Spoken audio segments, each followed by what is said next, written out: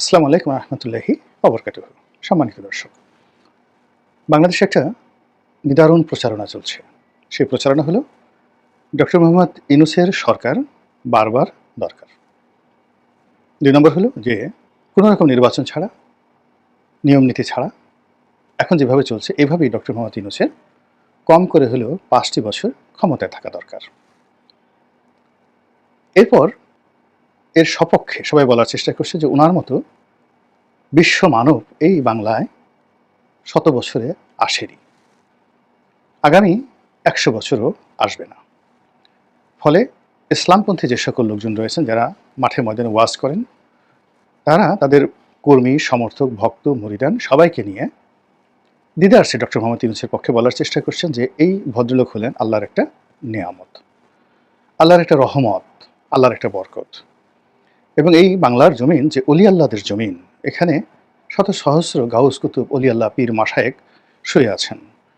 এখানে লক্ষ লক্ষ মসজিদ রয়েছে, কোটি কোটি মুসল্লি রয়েছে, যারা মানুষকে ভালোবাসে, যারা মানুষের কল্যাণের জন্য কাজ করে, তারপর তারা আল্লাহকে বিশ্বাস করে, তারা দুর্নীতি, অনিয়ম এই জিনিসগুলো পছন্দ করে না। এইরকম যারা মুমিন, মুত্তাকি, তৌহিদি জনতা রয়েছেন, তাদের নয়নের মণি, কলিজার টুকরা এবং তাদের মাথার তাজরূপে হঠাৎ করে ডক্টর মোহাম্মদ ইউনূসের যে ইমেজ, এই ইমেজ সামাজিক মাধ্যমে ঘুরে বেড়াচ্ছে।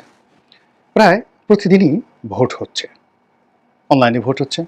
দেশের মূলধারার সংবাদ মাধ্যম, গণমাধ্যম তারা ভোট করছে কে বেশি জনপ্রিয়। তারপরে আপনারা কি চান ডক্টর মোহাম্মদ ইউনূস ৫ বছর ক্ষমতায় থাকুক, কিংবা স্বরাষ্ট্র উপদেষ্টা যে বলেছেন জনগণ চায় যে ডক্টর মোহাম্মদ ইউনূস আরও ৫ বছর ক্ষমতায় থাকুক, আপনি কি এর পক্ষে? আমি পক্ষে। এই সকল ভোট হচ্ছে, আর সেই সকল ভোটাভুটিতে লক্ষ লক্ষ মানুষ অংশগ্রহণ করছে এবং 95%-এরও বেশি মানুষ এখানে ডক্টর মোহাম্মদ ইউনূসকে ক্ষমতায় রেখে দেওয়া এবং তার হাতে এই রাষ্ট্রের ভার ন্যস্ত করা এবং তাকে মাথায় তুলে রাখার পক্ষে মত দিচ্ছেন। ডক্টর ইউনূসের সম্পর্কে যে প্রচারণা করা হচ্ছে সেটা হলো তিনি দুর্নীতিবাজ নন, তিনি চাঁদাবাজ নন, তিনি লেখাপড়া জানা মানুষ, তিনি সারা বিশ্বকে মাতোয়ারা করতে পারেন, তার রয়েছে কতগুলো সম্মোহনী ক্ষমতা। তিনি যদি মাইক্রোফোন হাতে নিয়ে কোনো ডায়াসে দাঁড়ান, অমনি সে ডায়াস বিজিত হয়ে যায়। তিনি বিশ্বের যে কোনো মঞ্চে যান, সেটা হোয়াইট হাউস বলুন, বাকিংহাম প্যালেস বলুন, দিল্লি বলুন, বা অতি সম্প্রতি বিমস্টেক বৈঠক বলুন, কিংবা তিনি চীনে গেলেন, সব জায়গাতে তিনি বাংলাদেশকে তুলে ধরলেন, তিনি জয়লাভ করলেন। এরকম দৃশ্য ইতিপূর্বে কেউ দেখাতে পারেনি। সেটা বঙ্গবন্ধু বলেন, শহীদ প্রেসিডেন্ট জিয়াউর রহমান বলেন, শেখ হাসিনা বলেন, খালেদা জিয়া বলেন, কেউ পারেননি। ইউনূস সমর্থকরা এমনটাই প্রচার করছেন। দ্বিতীয়ত, যদি ডক্টর মোহাম্মদ ইউনূস চলে যান, তাহলে সম্ভাব্য কে আসতে পারেন? এখানে ৯৯% সম্ভাবনা হলো বিএনপি, তারেক রহমান সাহেব। তো বিএনপির কারা আসবেন? মির্জা আব্বাস আসবেন, গয়েশ্বর বাবু আসবেন, মির্জা ফখরুল ইসলাম সাহেব আসবেন, তারেক রহমান সাহেব প্রধানমন্ত্রী হবেন, তার যারা বন্ধুবান্ধব আছেন তারা বড় বড় পদে আসবেন, জুনায়েদ সাকি মন্ত্রী হবেন, তারপরে আন্দালিব রহমান পার্থ মন্ত্রী হবেন, ভিপি নুরু মন্ত্রী হবেন, তারপরে ভিপি নুরুর যে কাউন্টার আর একজন রয়েছেন তার নামও তারেক রহমান সাহেব, তিনি মন্ত্রী হবেন, ইশরাক সাহেব মন্ত্রী হবেন, তাবিদ আওয়াল মেয়র হবেন বা ইশরাক মেয়র হবেন। এই যে সেট আপটা, এই সেট আপটাকে নষ্ট করার জন্য, বা এদের কোনো যোগ্যতা নাই, তারা ভালো করতে পারবে না, তাদের এই দুর্নাম, এই বদনাম, এগুলো নিয়ে যেভাবে একটা হৈহুল্লোড় করা হচ্ছে, একই সঙ্গে ডক্টর মোহাম্মদ ইউনূস তার নিজের যোগ্যতা, তিনি যাদেরকে মনোনীত করেছেন ইতিমধ্যে, জনাব আশিক চৌধুরী আছেন, তারপরে সাবেক আইজি সেই যে এবি সিদ্দিকী না ওয়াইবি সিদ্দিকী, তার ছেলে আছেন, খলিলুর রহমান সাহেব আছেন, তারপরে খোদা বক সাহেব আছেন সাবেক আইজি, তারপরে আরও অনেক, তিনি অনেক মানুষকে নিয়োগ দিয়েছেন, এখনও পর্যন্ত আসেননি।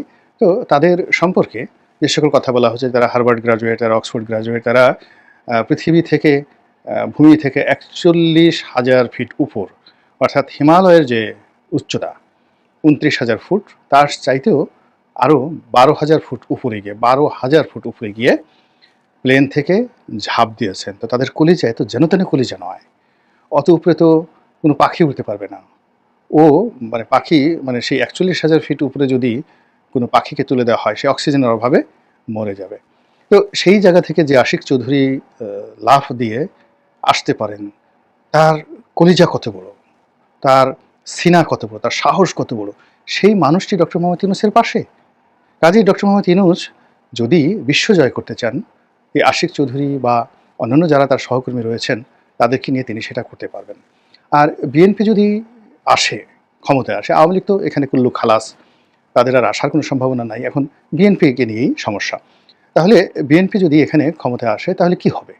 অতীতে বাবর সাহেব যা করেছেন, এখন তার বয়স হয়েছে, তিনি কি তার চেয়ে ভালো করতে পারবেন? মির্জা আব্বাস অতীতে যা করেছেন, তিনি একটা ব্যাংক করেছেন, এখন হলে আরও হয়তো ২টো ব্যাংক করবেন।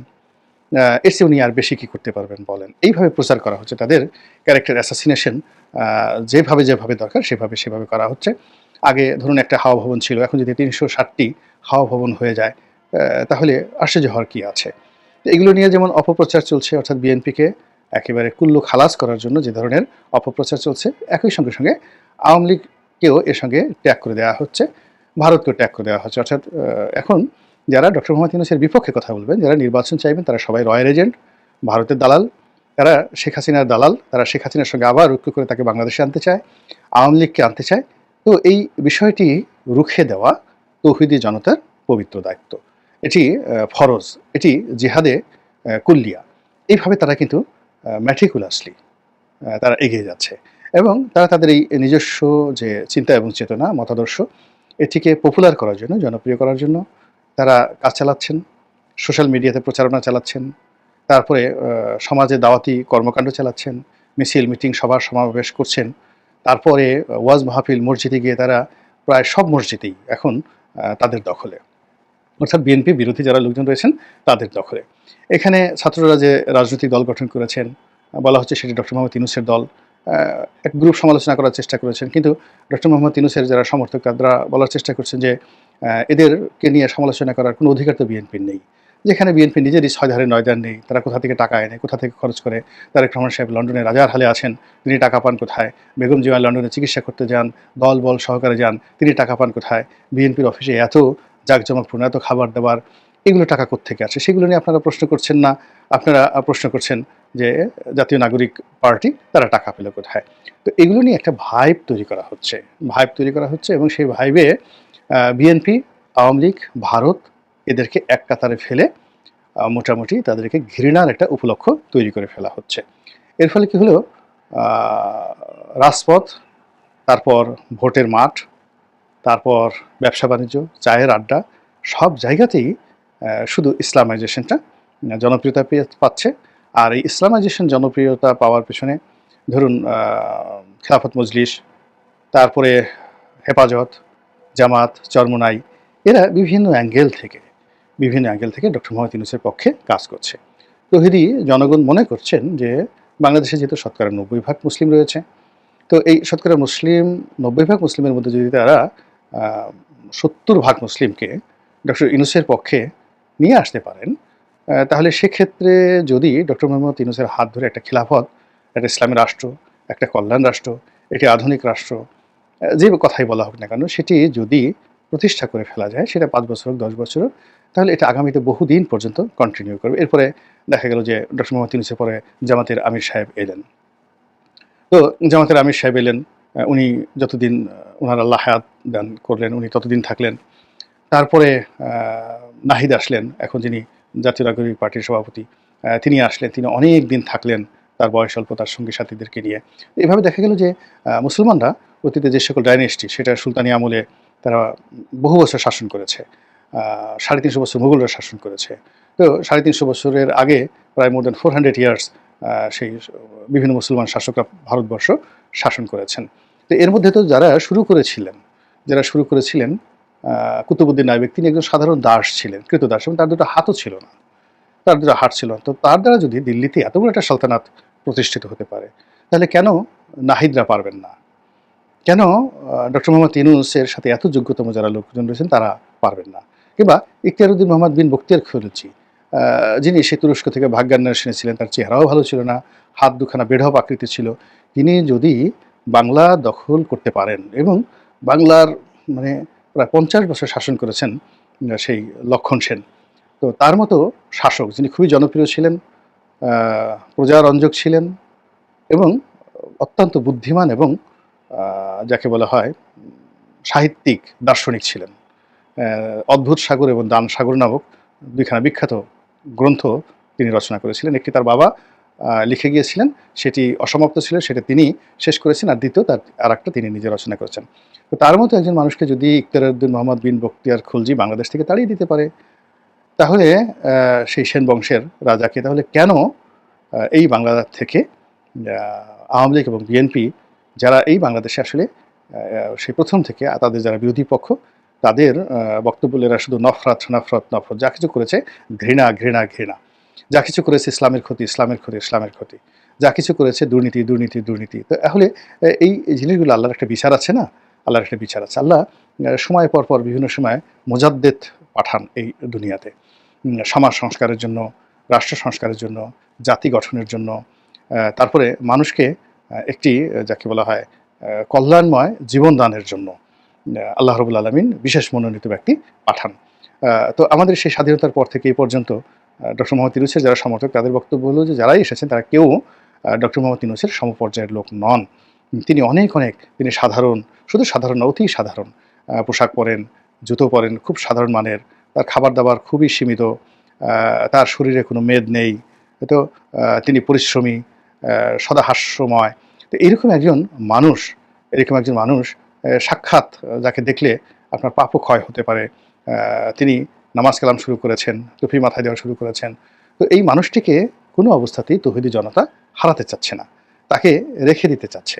আর তাকে যদি রেখে দিতে হয়, তাহলে তার যারা সমালোচনা বা তাকে যারা বিব্রত করতে চায়, তার কাছে নির্বাচন চেয়ে তাকে যারা অপমান করতে চায়, তো তাদেরকে তো শান্তিতে ঘুমাতে দেওয়া উচিত নয়। তো কাজেই আওয়ামী লীগ এবং বিএনপি যে দলটি ডক্টর মোহাম্মদ ইউনূসকে গালাগাল করছে বা সমালোচনা করছে, বিএনপি এখন ওইভাবে গালাগাল করছে না, আওয়ামী লীগ গালাগাল করছে, আর বিএনপি মৃদু সমালোচনা করছে, তাদের ক্ষোভ ঝাড়ছে, সন্দেহ করছে। কাজেই এইগুলোর বিরুদ্ধে কার্যকর ব্যবস্থা নিয়ে এই মানুষটিকে আজীবনের জন্য ক্ষমতায় রাখতে তার সমর্থকরা যে চেষ্টা করছেন, সেই চেষ্টার মধ্যে আপনি বাংলাদেশের কল্যাণ এবং সংহতি কতটা দেখতে পাচ্ছেন। আল্লাহ আমাদের সবাইকে হেদায়েত দান করুন এবং হেফাজত করুন। আসসালামু আলাইকুম ওয়া রাহমাতুল্লাহি ওয়া বারাকাতুহু।